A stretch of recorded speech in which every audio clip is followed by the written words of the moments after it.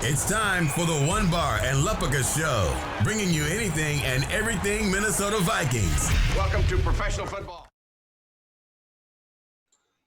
All right, welcome back to the One Bar and Lupigus Show. I'm One Bar with Lupigus, and we have breaking news. Breaking Viking news. Old Slick Rick said it again, wheeling and dealing to get Yannick Ngakoue here in purple. He is coming home. He's coming home. He's coming home. He's going to look so damn good in purple. Yeah, it was, I would say, shocking to wake up and see that news. Look at us. We still look tired. We still reek of very cheap alcohol. Yeah, I was taking my morning dump, and I saw the news on Twitter, and just about dropped my phone in the toy. It was crazy. I don't know. You kind of maybe started getting some vibes about this when you heard that he was available, and there was, I don't want to say it was given all, but there was maybe some feelers this could possibly be something that would happen, especially look at now with the Hunter situation, not practicing in 12 days. But you look at Yannick Ngakoue, his stats. He's got 37.5 career sacks, 8 last year, 9.5 the season before that, 13 tackles for a loss the last 2 seasons. So this is a guy who's going to be living in the backfield. And if I'm Aaron Rodgers, I'm shitting my pants right now. Yeah, when you mentioned the fact that the Vikings might have been linked to this a little bit throughout the offseason, I chalk this up as just never going to happen. It seems like any guy that comes out, we're always like, oh, let's go trade for him. I didn't think this was even a remote possibility. I thought they were just going to fly with Odenigbo and go with him. But yeah, I mean, you rattled off his stats.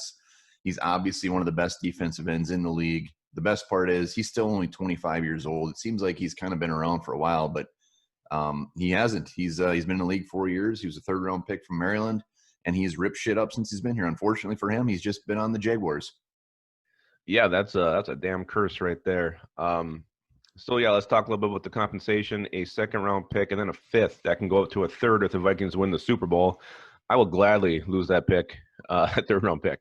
Yeah, no problem. This is peanuts. A second-rounder and a fifth. I mean, that's nothing. I mean, they were a first-round pick for this guy would actually have been pretty – I think that would have been fair. So the fact that it's a second and a fifth, I think the value is beautiful.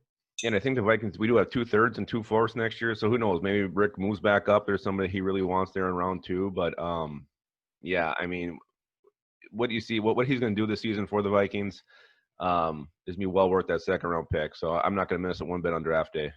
Yeah, we'll end up with 50 other picks. The Vikings they were at 12.9 in cap space. They're saying that he's going to restructure to help create more cap space. We'll see what happens there. This might be a one and done. Maybe they try to get him long term, whatever it is. But we just know one thing: 2020, we got to pair the best defensive ends in the league. I'm so excited. Well, and let's hope we do have that pair. And that's what it makes you wonder too. Bringing in Ngakoue, does that mean Hunter's injury is worse than we know about?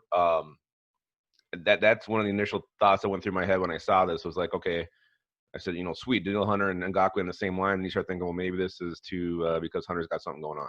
Yeah, it's a very fair concern, and I feel the same thing. We will see. I mean, if it is, we'll deal with it then. I mean, Odenigbo is no slouch himself, but for right now, for my purpleness, I'm just going with the thought of Hunter and Yannick as our boys, and to have Odenigbo in the mix, and as a guy not only at defensive end, but maybe they kick him inside as well. Yeah.